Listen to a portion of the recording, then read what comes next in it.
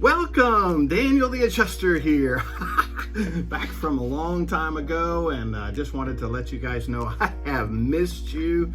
And I'm so glad to be a part of bringing a new series, a new video for you for adjusting. So today I thought I would bring up a really interesting part about how to use Xactimate and how to draw roofs in their program.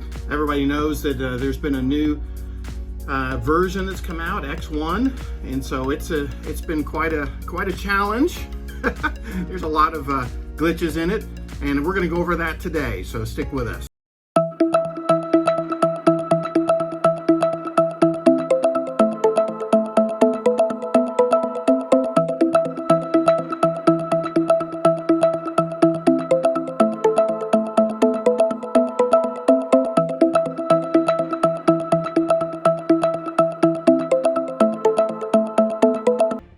All right, back with you today. We're going to get started. So on your desktop, you're just going to open up Xactimate. This comes up as the online version of it. And so this big screen is going to come up and it's going to load. There's all my projects that I've been currently working on, and it's going to show up there. What I typically do is leave this window kind of big at this point. It shows you all your all the programs or all the current things. You can click up here and hit modified, and this will do it by date, and that's what I typically do. And then I show, yeah, I got a project. In fact, I just set one up for Mr. Joe Smith. So let's gonna click on that, double click it. So that's when your projects come in and they're new projects, they're gonna come in on that first screen, and they're gonna pop up. Now, right here in the top corner, you'll see this little bell, and it'll show up. So when I click over that bell, you want to always be clicking on that when it shows that red dot. That tells you either have a new assignment or you have an update to an existing assignment. So you definitely want to check on that. So here I got a project that has been reopened. Okay, so that could be something I have on. So I just click on them and they go away. And it'll say no notifications.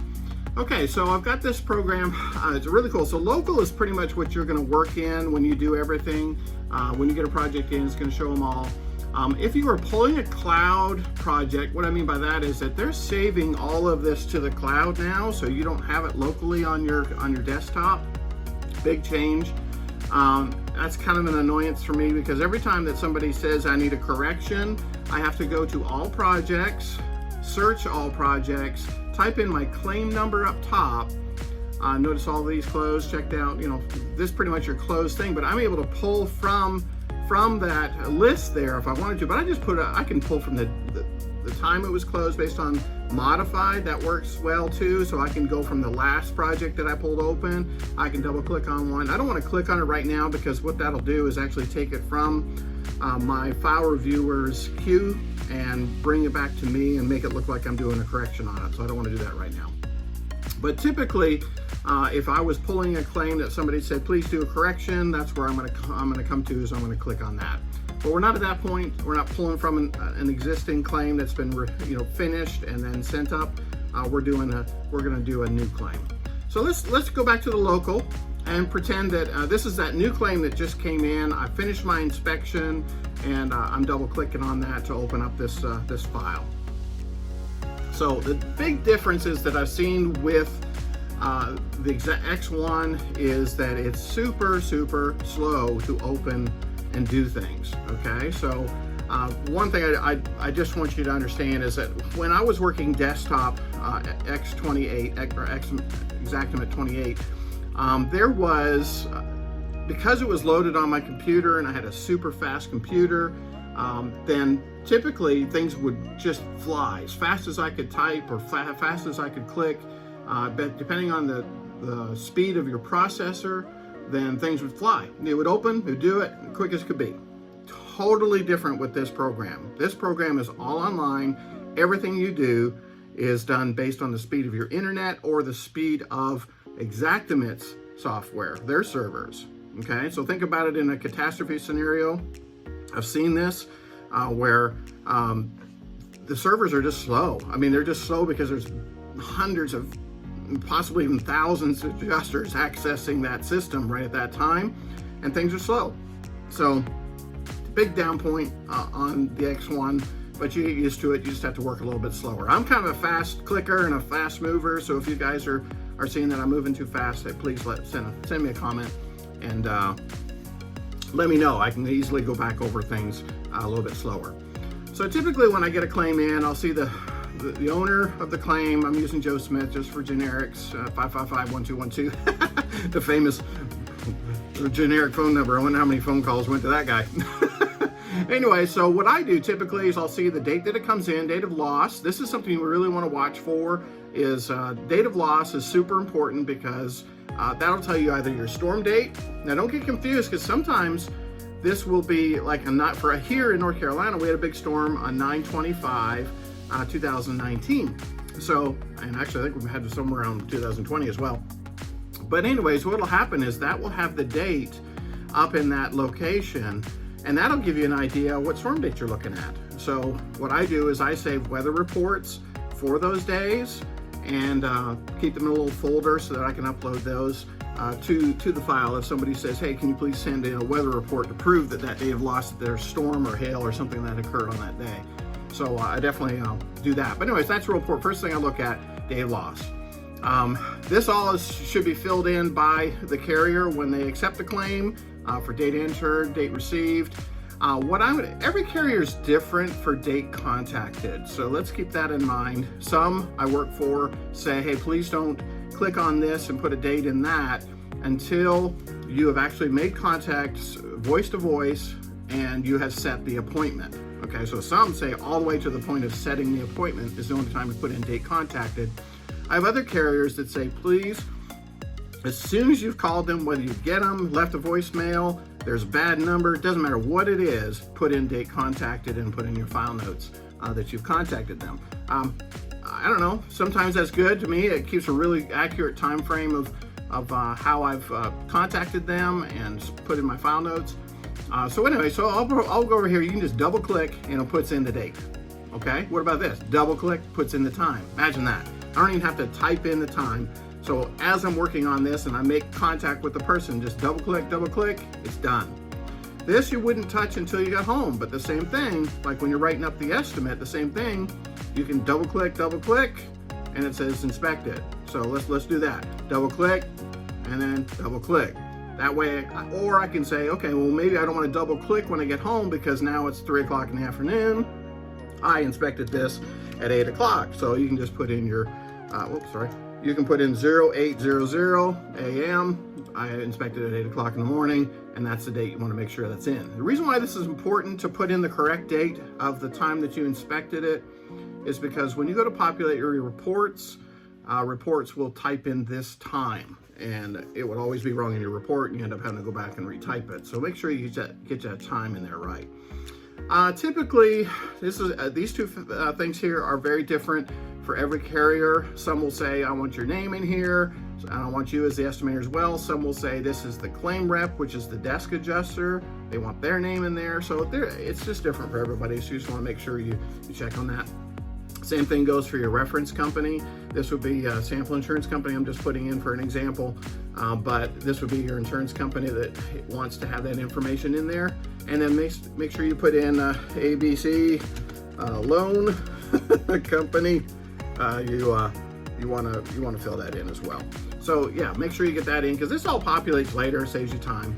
So that's the first tab. Second is the coverage loss. Okay, so when you could see how slow that was, it took a while. I clicked on it, took a while. Okay, so your claim number will populate, your policy number will be present, type of loss, you'll know immediately whether it's hail or wind. That's a big thing. The cause of loss, typically you don't have to put that in unless there's a double thing. Sometimes it'll be theft and they say vandalism, something like that. If there's a CAT code associated to it, that'll also be in there pre-populated as well. And policy dates are important. You want to see when this sometimes will have the inception date, which will be the date that the policy, probably wouldn't be today, but it might be a year ago, back in August, that was incepted, which means the day they signed up for the policy. That's really critical because what happens if you have, back to that other screen, if your date of loss was before the inception date of this policy, then there's no coverage. If they're claiming a storm happened before they had coverage, then we're gonna write it up, but we're gonna say it looks like there's no coverage, or maybe we'll send a note to the desk adjuster and say, hey, can you clarify this? Looks like got an inception date that's off a bit. Want to make sure they had policy coverage. But typically the people who take the claim are going to the claims department that accepts the claim is going to check to make sure the policy's is active when the event occurred. So they'll take care of that, but we want to definitely check on that as well. That'll be a critical thing we'll watch sometimes. It might be freaky. You go up there and you go, what? There's no policy coverage? What the world? I mean, this happened before this. So maybe we can change the storm dates, check to see if maybe there was a hailstorm or a windstorm after that inception date. So anyway, so the other thing here, very important, this normally does not populate. This will be your deductible. So apply deductible. So what, most of the time it's $1,000. Just put in your thing. These should pre-populate, but I put in the samples like $250,000 house. Typically 10% is the other structures, and the contents could be anything. But yeah, so typically those will pre-populate. Sometimes they'll have a spot here that will show the deductible. Most of the time it doesn't. So this is where your deductible goes. On the policy screen in Exact Analysis, they will sometimes show the deductible for you there. All right, next tab is parameters. Parameters would be so this is super important. So if I got the claim on July 21st, but then I was inspecting in August, you definitely want to pull down that, not August 20, because that's the year. We're gonna be looking for August 21. Wow, I wonder why they didn't pull up. Anyway, so I can go in here and I can request that price list and put in your dates and times, download it, and then hopefully it can pull up my my August 21st. So come down here, August 20. I don't know, that's not pulling it up. Maybe I'm not thinking about this right, but normally it's going to pull down your August, and it may not be that it may not be out yet. I don't know. But anyways, so either way, I'm going to come down here, find your August 21 and not 22. That should have been the first one up there, but that's not showing. But anyways, irregardless, we use July for now. These tabs here will be different on every carrier, so you want to check with that, make sure that what settings they want for here. I have one that does all of them, some that do some do some depreciate only by 75% instead of 100%, so you want to check with that. Here's where you do your O&P. So get it, O&P, overhead and profit. That's always going to be 10% and 10% if there are trades enough to make this a complicated claim. Roof claims, you're never going to have it. Literally, never going to have O&P, because it doesn't take a contractor to stand out there and watch these guys put on a roof. Now, if I have a water claim and I've got total flooding in the house, I've got cabinets, trim, paint, drywall, flooring, maybe you got some tile work, I got counters I got to come off, cabinetry work, definitely going to add in that 10% there because it's going to, contractor's going to have to be out there. And in fact, a lot of times the owners are not going to be there. They're not going to be living in the house at that time, so they're going to be off site somewhere. And so you're going to have a general contractor have a key and access to the property, and that's where he's going to get charged that, or he's going to be able to charge that 20%, 10 and 10 for his services. Down here, company headers, all going to be about what the insurance company wants printed at the top of the report. So they're going to have their sample there. And then also this statement here, it says, this is a repair estimate. The insurance policy may contain provisions that reduce any payment that might be made. In other words, we can choose not to pay based on the policy. Receipt of a copy of this estimate does not, or it says receipt of the copy of this estimate is not to be interpreted as an acceptance of liability. All estimate figures are subject to the company review and approval. So anyways, model statement there, an opening statement is different for every company, and they put in their old verbiage there. Okay, so I'm going pretty fast. Hopefully you guys can rewatch this video. You find anything important or interesting, please don't forget to hit the like and subscribe button. And I've got some other videos. I'm not sure what side it is, but don't hesitate to do that. I've got tons of videos, and I continue to add new content. And I also want to continue with this Xactimate, because X1 is actually pretty complicated to roll over through 28. If you're not familiar with 28, then it's going to be really interesting starting brand new, so you can watch this over and over. So anyway, different tabs here. This is going to be where you're going to draw your house. Well, let's go quick into that. because I want to see how slow this thing is. Oh, I hate this thing. When I click the button, I'm expecting things to pop right up and show up right away. So when it goes slow, it really bugs me. So typically I don't call this the main level, because this is where I'm going to be drawing my roof. So typically down here, I'm going to right click on that, and I'm actually going to write in dwelling. I just like that tab being called dwelling. And the reason why is because if I come over here to the estimate item tab, actually it's not going to show up yet. So let's draw our photo here, and then I'll show you what happens, or draw our first roof. So up here is your roof tabs. If I was drawing rooms, I would draw there, but if roof here, I can click on that, and that'll automatically bring up a standard gable roof, or I can click this down arrow, and then I can choose whatever. Got a hip, got a gable, partial hip, Dutch hip, half hip, gambrel. There's lots of different things, and we can go over all those sometime in the future. But let's do simple. At one point is a hip. Okay, so I just click and drag, and I got this great hip roof here. Okay, so default, click this little button up here in the top right. See how I click? Slow click. Down here, slope rise. You just want to click on that little arrow right there. Automatically it defaults to a 412. Okay, so we want to change that. So typically, see it says is A and B the same. So you got A and B, so front and back. Okay, so if that's front and back, and I normally have A and B is the same, so I could put in that's a 10, 12. Okay, boom, automatically changes. Come in here. Normally to my left and right, C and D's are normally 12s. I don't know why they make it so that you have to put in two separate ones, but for some reason you do. So when I click that and come back to the screen, it actually starts to look like a normal roof again. I have to look around my camera, but there's a 3D version. Click that little button there, and then I can rotate, and look at that. I got a cool, and I can just click and drag and move my mouse, and then go back to this other screen over here where there's a square. Sorry, got my camera in the way there. That takes us to a regular roof. Now, scroll bar, or that's that roll bar on your mouse, allows you to zoom in and out.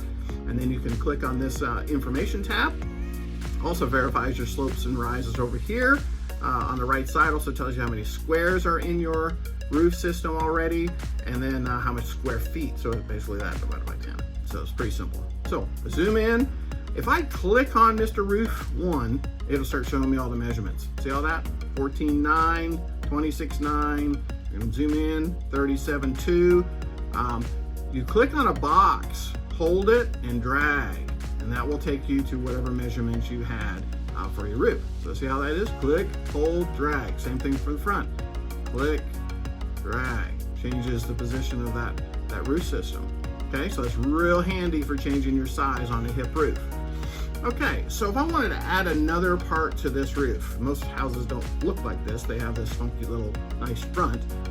Again, we'll click into the roof. If I have a different part, I can go in and click and add if I'd like. I can add it right here and do that. Another great option, go back to the pointer, is I can hit this brake button. This brake button works to add a portion of any roof along any one of these edges. So as long as I'm on it, see how it comes up and lines up and gives me a measurement? Anywhere around there I can then add. So typically we got these little gables on the front. So maybe I click once.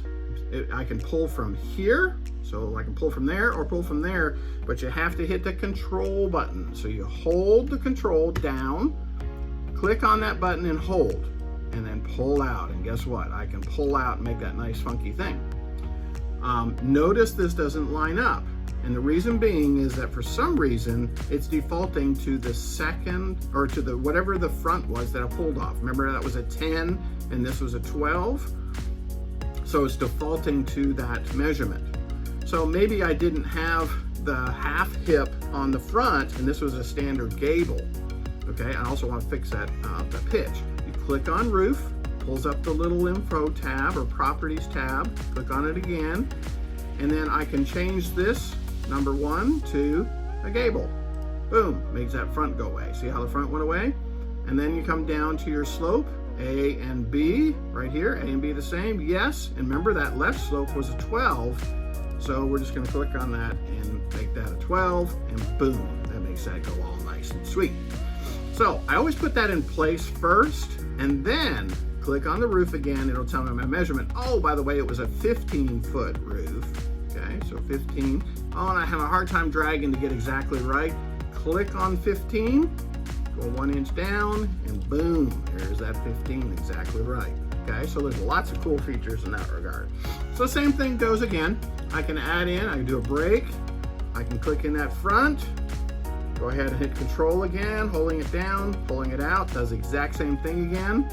Go through that again, click on the roof, go up to the properties. Okay, I want to change this to a gable.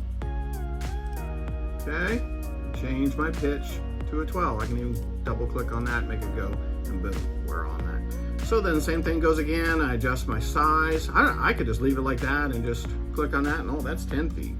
Okay, just dial it in. Okay, see how I did that? Problem is, see how it messed that up. So go back to your undo button way up here in the top left. That's an undo button. Click it once, goes back. Okay, I don't know why it went back to my 12 again, or my 10 again, so I gotta go back here, put my 12 in, make it go. So you can drag, drop, whatever you have to do, but if I wanted that to go to 10, I can just, oh, see how it does it even to micro measurements. Okay, so I typed in, went to 10. Okay, so that's pretty simple. We've got a little glitch up here. So the simple thing to do with that is just roll over, move it until she flips back in. Not exactly sure. Maybe the measurement changed on some of these. That's what I'm saying. There's some glitches in, so you gotta check all your slopes here for that. See if they're all the exact number that they were. 10, 12. Yep. So I come over here, oops, gotta look around my camera again, go into my 3D. Oh, look at that. So we've got a height difference is what's making that see how that's why I use my 3D. See the difference? You can see it right there. See that little spot right there? That tells me this thing's higher, so I can fix it quickly. Watch this. Click on the roof that you want to adjust and look for that triangle. There's that little bitty triangle. Move around until you can find that triangle, but you want to see it so you can see it. Click, hold, and move up and down, and boom, watch this. Up, I'm just gonna go up and down, just see how I'm moving it up and down, but watch, see the colors? All of a sudden, if I go real slow, boom, solid color, boom, that means it's all on the same plane. Everything's changed to the same plane, don't have that line anymore, everything's exactly how it is. Go back to my thing, and I don't have those lines anymore. But that's just the end of the roof. I can actually bring that up here, and if I wanted to see the end of, or how, maybe I took a measurement and made it so that I measured the ridge. So I put my little measuring tool there, and boom, there's the ridge measurement. Oh, it was actually 15, so I can grab that. See how that number on the right changes? See this one over here? As I move the roof, I can make it so that it was 15 on that ridge. But think about it, if I had this thing back here, it throws off that number, it doesn't tell me the exact length. So you want to bring that roof line up to the 0. See how that 0 pops in? It tells me right at that measurement. Excuse me. Excuse me. I'm right there. So you want to click on that and move it out, and then when you click on it, then you can find out exactly, hey, I'm 15 feet on this one. If I can't get that exact, I can just click on that measurement, dial it in, and boom, back to 15 again. And if I want to see a measurement, all I can do is click on that button, and boom, it shows me that. Okay, so here's a pretty cool measurement there. Now, typically what I do is I'll change my line color. Okay, so this is like what happens with carriers is they want to say, hey, where did you do your hail squares on this roof? Can't just leave it like that. So you have to, it's called annotate. Okay, annotation right up here in this top screen. What I do is I typically change my line color to red. Okay, see how I did that? Line color, red. Change it back to black if I wanted to by clicking up the automatic. And then I go over here and I grab this little rectangle tool and I draw my rectangle. And it doesn't have to be exact, but guess what? It looks like a test square, doesn't it? So I click on that, I Control C for copy, Control V for paste, and boom. I can put that same square over there. Same thing, Control V, and there's that square, and Control V, there's that square. Now, why am I putting that there? Because the desk adjuster wants to know where a test square was. What if I did my test square over here? You know, then that's where I'm gonna put that square, so that show them. What if I did my right test square? I can click on it, look at that red circle, and then I did my right test square there. then I want to make sure I notate that. Okay, so sometimes I don't want to climb on this 12. So I'm going to come over here and do a test square there, because this is a 12, but I can stand in the valley, which is a little safer, and this was a 10. But I don't want to be standing on the outside of the house with nothing protecting me. I could fall and hurt myself, so I don't want to be there. I'd rather be here so that I can catch myself in the valley if it's a little precarious. So anyway, so then what I do is now that your still line color is red, I use the arrow, draw a big line from the outside in, and if you zoom in, it shows this cute little arrow that it automatically draws. I can undo it, and look at that cute little arrow. And then what I'll do is then go up here to text, click on that, and then I can put anything I want. Back, 10 plus, hail damaged. Oops, I can't spell. That's a pretty big problem in my life. That's why I like copy and paste. So once that's done, I click on it, Control C, boom, down here. And then paste, boom, and paste, boom. Now all I gotta do is double click, it opens it up, and I can say front, or maybe that was the left, boom. Take my little arrow, boom, arrow to there. I can actually do all my arrows first if I want. Go front, and the arrow, this will be my right. So I double click, change that to right, double click, change that to front. So see how I didn't have to do a whole lot of typing, just copy and paste. Copy and paste is your friend. Okay, so see how it's done? Nice diagram, back, 10 plus hail, left, whatever the numbers, I can change the numbers. Maybe there's only 8 on this side, or maybe there was 8 on the front. But anyways, I like to use 10 plus. Most of the time, it just makes it simple because I know for a fact there's more than 10 in that square, and I want them to know without a shadow of a doubt that roof is totaled. Okay, there's hail damage. Now, I don't like roof 1 here, and the reason why that will come over here to the estimate items. It shows up roof 1. Okay, so you can do it in 2 different ways. I can go to the sketch, and I can right click on that name, go down to properties, and change and take out the 1. Okay, I can do it that way. Okay, let's leave it back in so you can see what happens. Or I can go into the estimate lines, double click, and right click, edit, and do it there. Change it to that. Okay, so that's how you can change that. So I hate that. And see how we labeled dwelling? Do you remember when I came back to sketch and I told you down here at the bottom, I was changing that to dwelling? And the reason being is because guess what? When I come back here and have my nice pretty layout, boom, dwelling shows up really nice, and then it starts to label roof. Okay, following that? I'm going to do a couple more things and we'll get off this video because, man, this is already 30 minutes into this video. I can't believe how fast this goes. Yeah, so another option is like if I come back to my sketch and I add a room. So let's say I've got so think of everything as layers. I always start with my roof, got the very top there at the top, and then the next layer would be level 2, second floor. Then I got a level 1, okay, and then I got a basement or crawl space. Okay, so what I want to do here is think of this as this, height. Dwelling, add a level, boom, it automatically shows level 2. Pretty cool, huh? Hey, maybe I don't even want to change that and put attic. If I got to draw the attic and put a little space up there, there was some, maybe the HVAC unit got damaged from water coming in the roof, whatever. So maybe that's going to be attic. But if not, then I go back, I leave that, it automatically goes to level 2, nice and pretty. And look at that, the shape of the roof started there. Go into my tools, room, and boom, I had a room in this back corner, and so you want to try and keep it, so I use my roller ball there, put it back in that back corner, double click, or you can just click on that and that automatically pops up. It also pre-fills names there too, and then maybe I'll put my doorway in there, and I'm going to go over all this in detail. Bracket changes the direction, and then same thing, annotation, line color, red, it automatically goes back for some reason.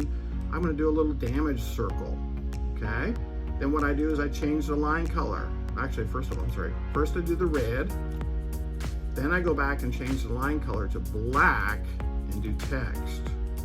Okay, and then I'm going to do ceiling water damage. And the reason why I'm doing that is I'm showing them where the damage occurred on that room in relation to the roof. It's real important to do that because they want to know. And then we'll go over some of those, how to create the interior. So same thing goes. So then maybe I go add a level, boom, level 1. Okay, and this happens to be, you can come up here, hit another room, and then you want to line it up because it's not going to make much sense to be in a different area on that house if that's the accurate area. And maybe this is the kitchen. Watch this. K automatically shows up. You just hit enter and kitchen automatically shows up. Okay, so then I say annotation, line color, red, circle, right in that same area because normally water travels straight down. Do your arrows again, text. I think it automatically goes to black on that because I've got that set. So ceiling, water, damage. Okay, so showing that as well. Maybe you have some floor damage. So it's going to be difficult to show a circle that shows ceiling and then right below it shows water. So what I might do is go ceiling and floor damage area. And I might make that circle a little bit bigger and just let people know what's going on. But hey, for now, I think I'm going to stop the video at this point. Golly, there's so much information in this program. I can't teach it to you in a 30-minute video, but we're going to keep going with this thing. We'll pick up where we left off on this estimate. We'll keep going through that and show you how to draw things, how to set up your estimate, how to build on these things, and then hopefully you'll get more and more familiar with this program as we go by, and you'll learn how to use this program. It's a very powerful program. In fact, when I was a contractor, I would have really liked to have had this program. It was really expensive. Typically, for just an outsider's $300 a month to buy this program. I work through a firm that allows me to get it for $100 a month. Show some loyalty to a firm, and then they give you that discount. So that's super cool. I mean, think about it. That's $3,600 versus $1,200. So totally amazing benefit. And so we definitely want to take advantage of that. And so we just want to thank you guys for joining us. We're going to continue on this the next time you see me. But otherwise, Daniel the Adjuster coming to you live, Xactimate training, and see ya.